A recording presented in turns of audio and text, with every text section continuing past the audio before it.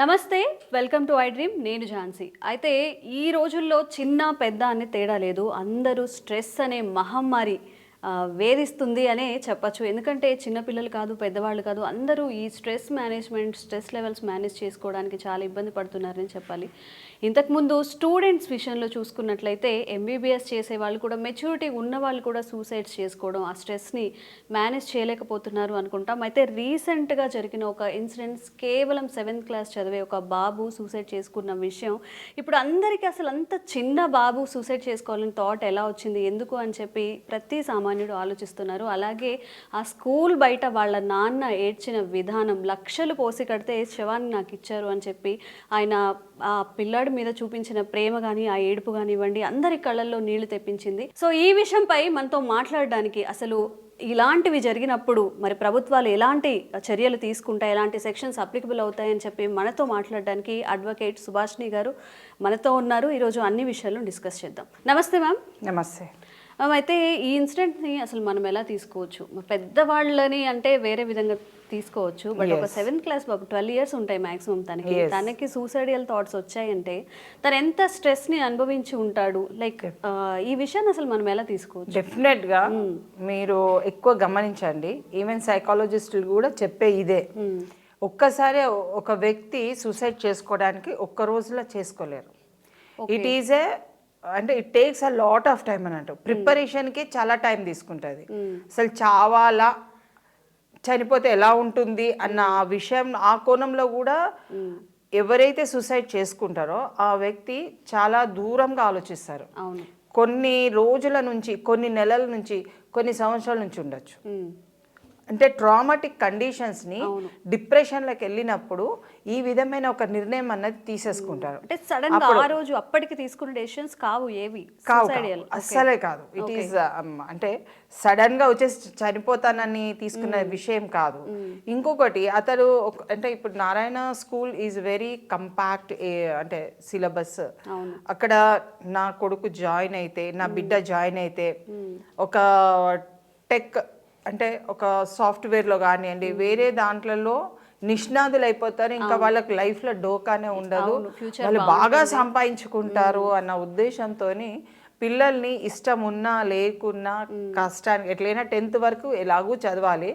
So they can either throw them like that, or ఇష్టం లేకుంటే వేస్తేనేమో కష్టంగా బతుకుతారు పిల్లలు. ఇష్టం కొద్దీ పిల్లలు చేరేది ఉంటే they will be the toppers. అక్కడ ఏదో విధంగా నేను నేర్చుకోవాలనే ఒక కుతూహలం ఉంటుంది. అంటే ఇక్కడ వీళ్ళు తల్లిదండ్రులు తీసుకొచ్చే విధానాన్ని నేను ఒక నిమిషం మనం పక్కకు పెట్టినా, అసలు అబ్బాయి సూసైడ్ చేసుకోవాల్సిన అంత కారణం అంత ఇది ఏంటంటే, ఎస్పెషల్లీ చట్ట ప్రకారం అయితే ఇంతకుముందు గతంలో సూసైడ్ చేసుకుంటే నేరం కింద తీసుకునేది. ఇప్పుడు భారతీయ న్యాయ సంహిత యాక్ట్ అనేది మనకు కొత్తది వచ్చేది 2023లో. సో దాని ప్రకారము మనం చూసుకుంటే అబిట్మెంట్ టు కమిట్ సూసైడ్ కింద వచ్చేస్తుంది. అంటే ఎవరన్నా ప్రేరేపణ జరిపినా, లేకుంటే ఎవరి ద్వారానన్నా అతనికి ఒక దుఃఖశోకితుడయ్యి అతను ఒక నిర్ణయం తీసుకొని నేను చనిపోతా అని అనుకుంటే, ఇక్కడ వచ్చేసి పిల్లవాడు. అంటే పెద్దవాళ్ళని అంటే మనం ఏదో విధంగా, అంటే ఒక సినారియోలో ఏమైనా జరిగిందేమో, అన్యాయం జరిగిందేమో, లేకుంటే ఎక్కడన్నా వాళ్ళని అంటే ఆత్మహత్యకి వాళ్ళని ప్రేరేపించడం. ఇక్కడ పిల్లవాడిని రూమ్లో, రెసిడెన్షియల్ స్కూల్ కాబట్టి ఒక సిస్టమ్ ఉంటుంది, అన్ని సీసీ ఫుటేజెస్ ఉంటాయి, సిస్టమ్ ఉంటుంది. 7 గంటలకు అబ్బాయి తండ్రితో మాట్లాడి నేను తిన్నా నాన్న మంచిగున్నా అని చెప్పిన వాడు నైట్లో సడన్గా 11 o'clockకి ఒక హ్యాంగింగ్. అంటే జనరల్గా మనం ఏంటంటే ఈ హ్యాంగింగ్స్ తాడు తెచ్చుకొని మరీ హ్యాంగింగ్ తెచ్చుకొని చేసుకునేటప్పటికి ఎవరు 11 గంటలకు మేల్కొని లేరా? How it is possible in a room? 11 గంటలకి ఈ పిల్లలందరూ ఏం చేస్తుండ్రు? మొత్తం రూమ్ లేరా? అతని అంటే మనం ఆ ఫోటో చూసినట్టయితే చలించిపోవాలి అసలు, ఆ విధంగా అబ్బాయి చేసేయండి. అంటే ఒక దిక్కు చూస్తే స్ట్రెస్ లెవెల్స్ ఎక్కువగా ఉన్నట్టుగా ఒక దిక్కు కనపడుతుంది. అంటే మా బాబుని అక్కడ వేస్తే మీరు మంచిగా చూసుకోవాలి, కానీ మీరు ఈ విధంగా చూడలేదు అని చెప్పేసి తండ్రి ఆవేదన వ్యక్తపరుస్తున్నాడు. కానీ ఒక 2-3 నెలల నుంచి తండ్రితోని ఉన్న సంభాషణ కానీ లేకుంటే అతని స్టడీస్ ఎలా ఉంది అని ఇప్పుడు ఫిజిక్స్ లెక్చరర్ని తీసుకొచ్చిండ్రు సీనరీలో.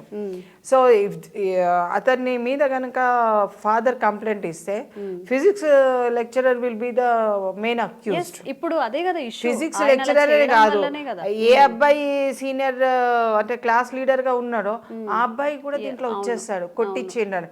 అంటే మన కార్పొరల్ పనిష్మెంట్స్ ఆర్ బ్యాన్ చేసేసింది కదా, తీసేసింది కదా స్కూల్స్ లో, కానీ ఎక్కడ కూడా కార్పొరల్ పనిష్మెంట్స్ చెయ్యొద్దు అని చెప్పేసి. యాక్చువల్గా మీరు చెప్పినట్టు ఆ అబ్బాయి అంటే ఇప్పుడు కాదు ఈ డెసిషన్ అని చెప్పి యాజమాన్యం నుంచి తను సరిగ్గా చదవట్లేదని, ఆ బాబు కూడా నేను ఇంకా ఈ స్కూల్లో చదవనని చెప్పి కూడా వాళ్ళ ఫాదర్ కి చెప్పారని చెప్తున్నారు.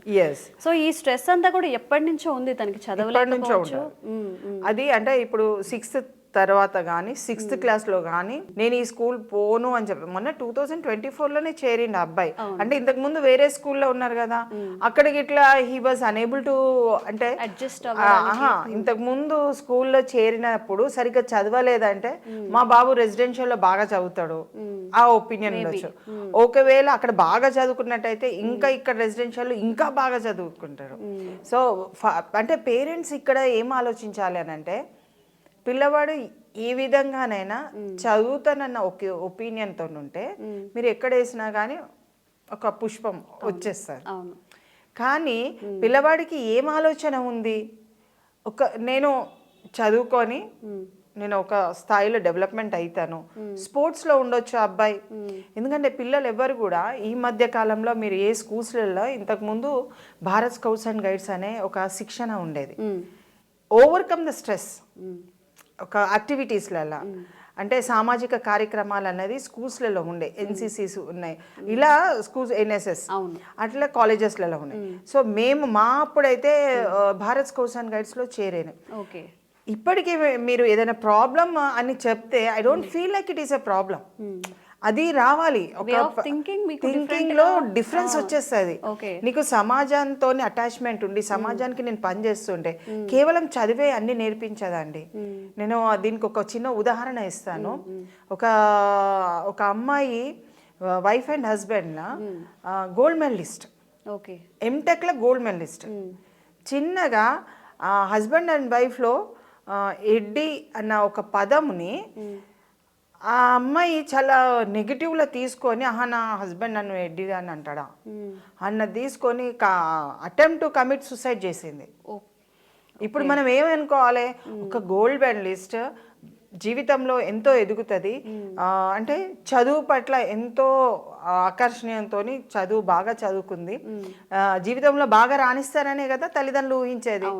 ఇటు అత్తమామల షాక్, అటు అమ్మ నాన్న షాక్, హస్బెండ్ షాక్. చిన్న మాట, అది కూడా ఆ పేరు ఆమె వినలేదు కావచ్చు, మేబీ తెలంగాణలో ఎక్కువ వాడతారు ఎడ్డిదానా అది ఇదని. సో అది గూగుల్లో సెర్చ్ చేసింది. So she could not get right answer. ఏదో అది బై మిస్టేక్ స్పెల్లింగ్ ఏదో చూసేసి ఏదో అనేసుకొని నన్ను ఇట్లా అంటాడా అనేసి రాంగ్ వేలో వెళ్ళిపోయింది. సో ఒక మాటని మనము బాగా చదువుకున్న వాళ్ళకి సమాజ జ్ఞానం ఉన్నదన్నది చెప్పలేమండి. ఇప్పుడు మీరు సినిమా యాక్టర్స్ ఎవరైనా చూడండి, చదువు ఎక్కువ లేకుండా డబ్బులు సంపాదిస్తున్నారు, ఒక వేలో వెళ్ళిపోతున్నారు, హైప్లో వెళ్ళిపోతున్నారు, వీళ్ళే ఇంత సంపాదిస్తున్నారా అన్నట్టు వెళ్ళిపోతున్నారు. సో చదువు అనేది కేవలము మన ఒక జ్ఞానాన్ని పెంచడానికి, దానికి తల్లిదండ్రులు వాళ్ళ ప్రోత్సాహం ఉండాలి పిల్లలకి. నానా నేను నీతో ఉన్నాను, కొంచెం ప్రేమ ఆప్యాయత ప్రేమతోని పిల్లలు ఎదుగుతారు. మీరు ఎంత కొట్టినా పిల్లలు రేపు పొద్దున ఎక్కువ మీకు కేసెస్ అంటే కోర్టుకు వచ్చే కేసెస్లలో పెద్దగా అయిన తర్వాత జరిగిన ఇన్సిడెంట్స్ అన్నీ కూడా చిన్నప్పుడు రిఫ్లెక్షన్సే పెద్దగా అయిన తర్వాత కనపడతాయి. నిజంగానా? You should not think that grown up child will have, అంటే బాగా ఇంటర్మీడియట్ డిగ్రీ అయిపోయిన వాళ్ళు తప్పు చేస్తుండ్రు అంటే ఆ ఏజ్లోనే తప్పు చేస్తుండ్రు అని ఎప్పుడు అనుకోవద్దు. At the child level what ever they learn, వాళ్ళకి ఏమైనా హర్ట్ అయినా లేకుంటే వాళ్ళకి ఏదన్నా విధంగా ఒక వాళ్ళకు అంటే వాళ్ళు ఇంటర్నల్గా చాలా మటుకు కూడా వేదనకు గురైపోయినారు అనుకోండి. అంటే they cannot express it. Express చేయలేకపోయినరు, ఫ్రెండ్స్ దగ్గర చేయలేకపోయి, ఎవరి దగ్గర చేయలేకపోయినరు. పెద్దగా అయిన తర్వాత they will do it. Okay. కాబట్టి చిన్నప్పుడు 5th 6th అన్నది ఏం లేదండి. 3rd 4th 5th 6th 7th 8th class 9th class వరకు they should be protected like anything. లేకుంటే ఇలాంటి ఇన్సిడెంట్స్ జరుగుతాయి. అటెంప్ట్ సూసైడ్, అది అటెంప్ట్ చేయడం వేరండి. Abetment to commit suicide, direct committed suicide అంటే ప్రాణమే తీసుకుంటున్నాడు. ఇప్పుడు యాజమాన్యాన్ని మీరు ఏ విధంగా, యాజమాన్యం ఎక్కడో పోయి ఉంటారు, స్కూల్ ప్రిమిసెస్ ఇన్ఛార్జ్ ఉంటారు. ఇప్పుడు ఇన్ఛార్జ్ మీద అంటే వస్తుంది కంపల్సరీ. ఎవరైతే క్లాస్ టీచర్ కొట్టిండో అన్న విషయాన్ని తీసుకుంటే అతన్ని కూడా వస్తుంది. అంటే ప్రేరేపించడము.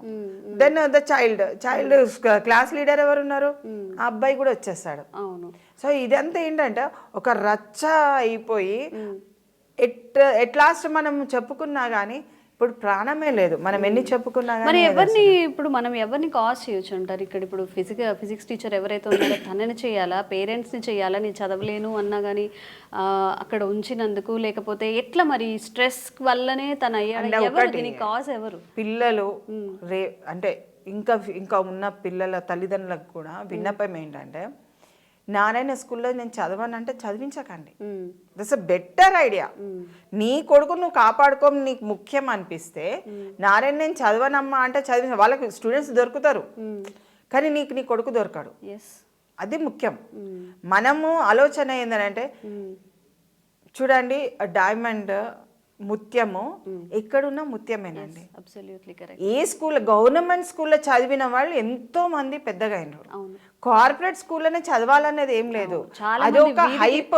వీధి దీపాల కింద చదువుకొని వాళ్ళైన వాళ్ళు, రాజ్యాంగాలు రాసిన వాళ్ళు కూడా ఉన్నారు, చాలా ఉన్నారు. కలాం గారిని తీసుకుంటే మీరు తల్లిదండ్రులకి ఏంటంటే ఇన్కమ్ సోర్స్ పెరుగుతున్న కొద్దీ స్టాండర్డ్ ఆఫ్ ఎడ్యుకేషన్ ని పెంచుతున్నారు.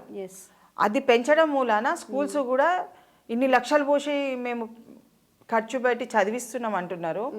తల్లిదండ్రులు తలుచుకుంటే స్కూల్ యాజమాన్యాలు అన్నీ కూడా ఫీజు స్ట్రక్చర్ని లో చేస్తాయి. మనం ఎగబడి మనమే పరిగెత్తి మనమే అడ్మిషన్స్ తీసుకుంటున్నాం.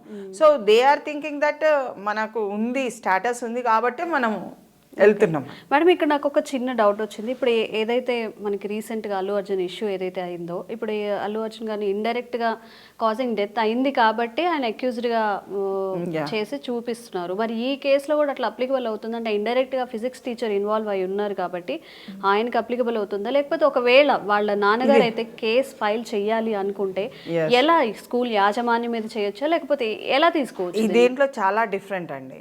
అది ఏమో స్టాంపింగ్ అయ్యి ఒక అంటే రష్యాప్లో స్టాంపింగ్ అయ్యి అనుకోకుండా చనిపోయిన వ్యక్తి అక్కడ. ఇది ఎంటైర్లీ డిఫరెంట్ వస్తుంది. దీని సెక్షన్స్ అన్నీ కూడా మారిపోతాయి. అదేమో వచ్చేసి కమిట్ సూసైడ్ చేసేసుకున్నాడు అతను. అతనంతటి వాలంటరీగా తనంతటికి తానే చంపేసుకున్నాడు. యాక్చువల్గా అంతకు ముందు దాని మీద చాలా కోర్ట్ డిసిషన్స్ ఉండే, అలా అది మెంటల్ హెల్త్ కేర్ యాక్ట్కి సంబంధించిన ఇష్యూ కింద తీసుకునేది. సో అది పెద్దది, అది చాలా పెద్ద ఇష్యూ. అంటే యాక్ట్ని మనం వర్ణించడం అంటే ఇంత తొందరగా మనం వర్ణించలేము, but it comes under mental health act కింద వస్తుంది. సో దాంట్లోకి వెళ్ళిన అది ఇప్పుడు ఎందుకంటే ఇప్పుడు ఆల్రెడీ ఒక పర్సన్ ఇన్వాల్వ్మెంట్ చూపిస్తున్నారు ఇక్కడ. అంటే ఫిజిక్స్ లెక్చరర్ని ఎక్కువ టార్గెట్ చేస్తున్నాడు, అతను చేయబట్టే ఇలా జరిగింది అని. క్లాసు ఎప్పటికైనా కానీ పిల్లలందరూ కూడా, తల్లిదండ్రులు కూడా పిల్లలందరికీ చెప్పాలి, మన సస్టైనబిలిటీ, మన సర్వైవల్ ఇంపార్టెంట్, మన ప్రొటెక్షన్ ఇంపార్టెంట్, మనం బ్రతకడం ఇంపార్టెంట్ కదా. అని ఎవడో కొట్టిండని చెప్పేసి నా చావుని నేను తెచ్చుకుంటానా? నేను ఎవరికి పుట్టినా? మేబీ అంత మెచ్యూరిటీ కూడా లేకపోవచ్చు. 7th క్లాస్ 12 years బాబుకి. It's not about the maturity, it's about the feeling which is been. ఆయన ఐడెంటిటీని ఆయనని ఇచ్చేసాను, ఆయన ఐడెంటిటీని రికగ్నైజేషన్ చేయట్లేదు, అది ఆయన ప్రాబ్లం. ఆయన ఐడెంటిటీ అంటే 7th class 6th class 5th class ఎవరైతేనేండి ఒక హ్యూమన్ బీయింగ్గా ఆయన ఐడెంటిటీ, వాళ్ళ పిల్లల ఐడెంటిటీ పిల్లలకే ఉంటుందండి. మీరు ఏదన్నా పిల్లల్ని వాళ్ళకు వ్యతిరేకంగా మాట్లాడితే మిమ్మల్ని కోపంగా చూస్తారు ఇమీడియట్గా, మీరు చూడలేరు. మిమ్మల్ని మీ తల్లి తిట్టింది అనుకోండి, సరే అని తలదించుకొని వెళ్ళిపోతారు. బట్ ఇప్పటి పిల్లలల్లా మీరు కనుక తిడితే ఇమీడియట్ రియాక్షన్ ఉంది. There is a feeling existing coming out of. అంటే ఆ ఫీలింగ్ని ఇంటర్నల్గా ఆయన ఎవరికి ఎక్స్ప్రెస్ చెయ్యలేక, చెప్పుకోలేక, దిగమింగుకోలేక ఆ సూసైడ్ అటువైపు మొగ్గిపోయింది. అవును. ఇంకా చాలా మంది డ్రగ్స్ తీసుకోవడము, అంటే ఆ ట్రామాటిక్ కండిషన్ నుంచి బయట రావడానికి, లేదా బయటికి రావడానికి ఈ డ్రగ్స్ కూడా ఎందుకు వీళ్ళందరూ స్కూల్స్ దగ్గర ఎందుకు అమ్ముతున్నారు? బికాజ్ పిల్లలందరూ స్ట్రెస్ లెవెల్లో ఉంటారు, ఇది తీసుకుంటే కొంచెం మత్తులో ఉంటారు, అక్కడికి ఆగిపోతుంది అన్న లెవెల్లో కదా ఇప్పుడు అంత డ్రగ్స్ ఎందుకు బాగా వచ్చేసింది. సో స్ట్రెస్ లెవెల్స్ ఉన్న పిల్లల్ని బాగా ఆలోచించి ఏకాంతంలో కూర్చుంటున్నారు, లేకుంటే సైలెంట్గా మాట్లాడట్లేదు, బాధగా ఉన్న పిల్లల్ని స్కూల్ కౌన్సిలింగ్ చేయాలి. ఇప్పుడు హాస్టల్స్లో కూడా కౌన్సిలింగ్స్ చెయ్యాలి. ఏంది బాబు, ఏమైంది, ఏంటిది అనేది ఒక మాట అడిగితే పిల్లలు ఇది కమిట్ చెయ్యరు. అవును, చెయ్యరు అసలు. అంటే every school should have a counselling. ఈ అబ్బాయి ఏదైతే చేసిన ఘాతకమో, ఏదైతే అంటే సంఘటన చాలా ఘోరమైనది. పిల్లలు ఎప్పుడు కూడా, ఏ పిల్లలు కూడా భవిష్యత్తులో ఇలాంటి నిర్ణయాలు తీసుకోకుండా తల్లిదండ్రులు తమ ప్రేమని, తమ ఆప్యాయతని, తన ఒక ఇంట్రెస్ట్, నా అంటే వాళ్ళ మీద ఒక ఇంట్రెస్ట్ చూపెట్టాలి. You be for 5 minutes, you be for 10 minutes with child. Just 5 minutes పిల్లలతో ఉన్నారనుకోండి, అసలు ఆకాశానికి ఎగిరేస్తారు పిల్లలు, చెప్పేస్తారు, ఎగిరిపోతారు. అంటే ఒక ఫ్రీ ఆఫ్ లైఫ్ అయితే, మా మమ్మీ నాతో ఉంది, మా డాడీ నాతో ఉన్నారు, షేరింగ్కి వాళ్ళు ఏం షేర్ చేయొద్దండి. జస్ట్ ఒక కంపానియన్ గా ఉండండి. ఫ్రెండ్స్ ఉన్నారు, వీళ్ళకి చెప్పకుండా ఫ్రెండ్స్కి చాలా విషయాలు చెప్పేస్తారు పిల్లలు. తల్లిదండ్రులు కూడా చెప్పారు, మీరు వాళ్ళు చెప్పనవసరం లేదు. జస్ట్ ఒక ఊరాటగా పక్కన నిలబడాలి తల్లిదండ్రులు. ఎవ్రీ మంత్లో వాళ్ళతోని ఉండాలి అంతే. If they are going for a విజిట్లో ఏదో తిండి పెట్టేయడానికి మొత్తం టిఫిన్లు అన్నీ చేసుకొని తీసుకొని వెళ్తారు హాస్టల్స్లో ఉన్న పిల్లలకి. పొద్దున్న నుంచి తల్లి కష్టపడి అంత వంట చేసుకొని తీసుకుపోయి తినిపించి అని, మా బాబు తిన్నాడు ఆ ఒక్క మాట అంటారు, కానీ మా బాబుతో కూర్చున్నా, మాట్లాడినా, మా బాబుని పలకరించిన, వాడు హ్యాపీగా ఫీల్ అయ్యిండు. బట్ వాళ్ళు వెళ్ళేటప్పుడు ఎంత నర్వస్గా ఫీల్ అవుతున్నారు. సో అవన్నీ అంటే అన్నీ కలిసి వచ్చినాయండి. అబ్బాయి చావడానికి అన్ని విషయాలు, ఇంట్లో సంఘటనలు కానీ బయట సంఘటనలు అన్నీ కలిసి వచ్చినాయి. కాబట్టి ఇక్కడ ఎవరిని మనం ఎక్కువ స్థాయిలలో బ్లేమ్ చేయలేము. కాకపోతే ఏమన్నా ఒకవేళ కార్పొరల్ పనిష్మెంట్స్ తప్పినాయి కాబట్టి ఫిజిక్స్ లెక్చరర్ డైరెక్ట్ ఇన్వాల్వ్మెంట్ అన్నది చూపిస్తలేరు, ఆయన కొట్టినట్టుగా చూపిస్తలేరు. ఇక్కడ క్లాస్ లీడర్ ఇన్వాల్వ్మెంట్ అయ్యారు. సో ఈ పనిష్మెంట్స్ అన్ని కూడా ఎంత భయంకరంగా ఉన్నాయంటే, ఆ term maybe extension to 10 years or fine or both. Fine కూడా వేయచ్చు, ఇంకా శిక్ష 10 సంవత్సరాలు అంటే it is not a joke అండి. సో ఇలాంటి ఎవరికి ఆ శిక్ష పడే అవకాశం ఉంది? స్టూడెంట్ గా, లెక్చరర్, ఎవరు ఇప్పుడు ఎవరిది ఎంత ఇన్వాల్వ్మెంట్ ఉన్నదో ఇన్వెస్టిగేషన్ లో తేలితే అందరికీ అవుతుంది. ఇప్పుడు ఒక్కొక్కరికి ఇప్పుడు ఒక టర్మ్ ఉన్నది అనుకోండి, 1 సంవత్సరం ఒకరు వాడచ్చు, 2 సంవత్సరాలు వాడచ్చు. ఇన్వెస్టిగేషన్ రిపోర్ట్ లో ఎంతవరకు కీలకమైన ఆధారాలు దొరికితే అంతవరకు దాన్ని తీసుకువెళ్ళవలసి వస్తుంది. It is investigation investigation officer is the main person who will do all this. FIR చేయంగానే సరిపోదండి. ఇన్వెస్టిగేషన్ పార్ట్లో ఎవిడెన్స్ అనేది క్లారిటీగా ఉండాలి. సీసీ ఫుటేజ్ కవరేజెస్ ఎంతవరకు ఉన్నది, ఈ అబ్బాయి ఎవరెవరితో మాట్లాడిండు, 1 week నుంచి ఎవరితో మాట్లాడుతున్నారు, ఎవరెవరు ఇతనితో ఎలా ఉంటున్నారో అన్నీ కూడా బయటికి వస్తాయండి. అది ఊరికే అంటే ఊరికేనే ఇంత పెద్ద పనిష్మెంట్, ఒక 1 year పనిష్మెంట్ వేయాలన్నా కానీ క్షుణ్ణంగా పరిశీలిస్తేనే పనిష్మెంట్ వేయగలుగుతారు, శిక్ష అనేది. ఎందుకంటే ఒక్కరోజు లోపలికి వెళ్ళినా జీవితము ఆగమైపోతుంది, ఒక్కరోజు లోపలికి వెళ్ళినా. సో పనిష్మెంట్స్ అంటే ఎందుకు చెప్తున్నానంటే, చట్టం చాలా సివియర్గా ఉంది.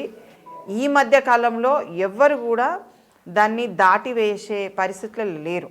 కాబట్టి ఎవరు అయినా కానీ స్కూల్ యాజమాన్యం అయినా, లెక్చరర్స్ అయినా, పిల్లలైనా ఎవరి జాగలో వాళ్ళు ఉండి భయం భక్తితోని చట్టాన్ని గౌరవించి, చట్టాన్ని ఉల్లంఘించే మాటలు ఎక్కడ మాట్లాడద్దు, పిల్లలలో దూషించే మాటలు రావద్దు. పిల్లల్ని మంచిగా మాట్లాడుకోవాలి, ప్రేమ భావంతో మాట్లాడుకోవాలి, సహకారం చేసుకోవడానికి మాట్లాడుకోవాలి పిల్లలు. Because they are the citizens of India. ఒక సిటిజన్గానే ప్రవర్తించాలి. నేను ఇంట్లో కొడుకునై ఉంటా, కొడుకు జాంతానే బయటికి వచ్చినావు, ఒక పౌరుడివి నువ్వు, ఎంత హుందాగా ఉండాలి. నీ దేశ గౌరవం నీ మీద ఆధారపడి ఉంది. ఒక చిన్న పిల్లవాడు ఈరోజు చనిపోయిందంటే భారతదేశ ఔన్నత్యమే దెబ్బతింటది. ఎందుకు అంటే వీళ్ళు మర్యాద ఇస్తలేరు, ఇక్కడ గౌరవం ఇస్తలేరు, కాబట్టి పిల్లలు చనిపోతున్నారు అన్నది వచ్చేస్తుంది. సో దాన్ని బాగా మనం దృష్టిలో పెట్టుకొని 10 సంవత్సరాల వరకు శిక్ష ఉన్న ఈ యొక్క సంఘటనను, ఈ సూసైడ్ అన్నది అబిట్మెంట్ టు కమిట్ సూసైడ్ అన్నది చాలా తీవ్రమైన అంశం. కాబట్టి ప్రజలందరూ కూడా పిల్లల ఎడ్యుకేషన్ పట్ల కొంత సహకారము, ప్రజలనే కాదు అక్కడ పేరెంట్స్, ముఖ్యమైన పేరెంట్స్, లెక్చరర్స్ కొంత కౌన్సిలింగ్ ఇచ్చి పిల్లల్ని ఆదుకోగలిగితే శ్రమ లేకుండానే అది ఒక ఉపాయము దొరుకుతుంది. కాబట్టి చట్టాన్ని ఏదో చెయ్యదు అని అనుకోవద్దు. చట్టం it will take its own.